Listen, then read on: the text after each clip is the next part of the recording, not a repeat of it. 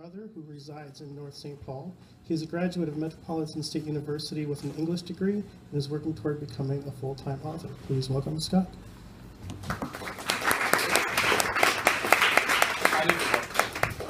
all right. It's all right.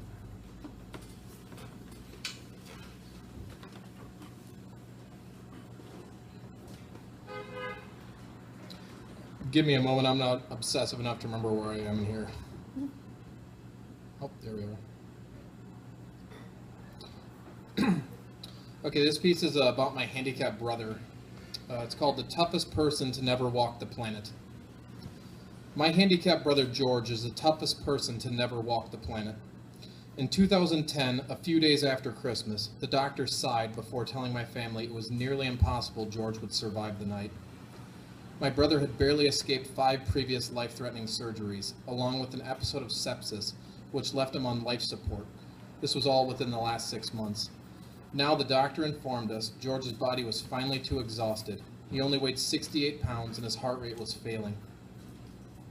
As horrific as those 6 months were, having the love and support of his family at every moment made them heavenly compared to how his life began. Rewind to 1988. I was 7 years old at Central Park in Roseville, swinging across monkey bars with my older brother Dan. George and my mother sat at the picnic area while my father grilled. At the playground, seated atop the jungle gym, was a gaggle of kids my age. They had been bullying other kids and were taking a breather from their physical jerkdom. Pointing towards George, the ringleader performed the fake crinkled hand pounding across the chest, Emulating the handicapped is a comedic home run for the socially ignorant, and sure enough, his cronies laughed, until my brother Dan flew across the playground and karate kicked the performer off his pedestal. A scramble ensued, and my brother and I flung fists in sand trying to fend off a wall of hellions. Legal disclaimer, I remember I was losing badly. My father sprinted over and separated the lot of us, then forced everyone to sit on the merry-go-round and explain what had caused the Royal Rumble.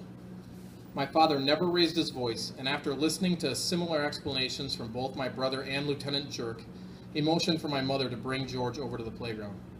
When the wheelchair holding George rolled up, the boys instinctively stared, fascinated by what they'd never been exposed to previously. My father asked if anyone was curious why George was in a wheelchair, and after many of them confessed they were, he proceeded to unravel the horrid reality of my brother's childhood.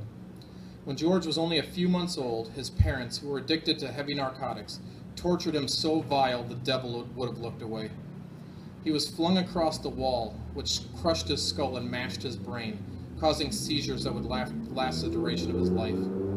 Lifting George's shirt sleeve, my father showed permanent brown circles on his arm from where his biological father had put out lit cigarettes, then let the kids know there were plenty more on his back. George's body and brain were so badly injured that he would never again be able to walk, use his left arm, or speak. It was a miracle he survived long enough for a relative to kidnap him to safety. But he still sat alone for months at an orphanage, since no one would adopt a child who required lifelong care. Until my parents visited, and in a few short months, George officially became family. When my father's explanation ended, each child who had previously laughed now had a shock of terror etched upon their face, embarrassed by their obliviousness. My family would visit Central Park often, and sporadically those same kids would appear, yet their demeanors were forever shifted.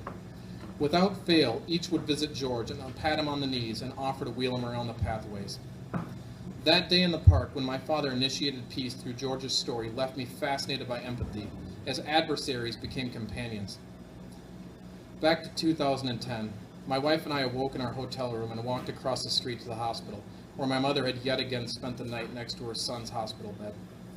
George greeted us with a beaming smile. He had survived once more. The doctors were dumbfounded, proclaiming a medical miracle. It's been 3 years since that day, and George is back to his healthy weight and heart rate. Given his strength and stubbornness, there really wasn't need for worry.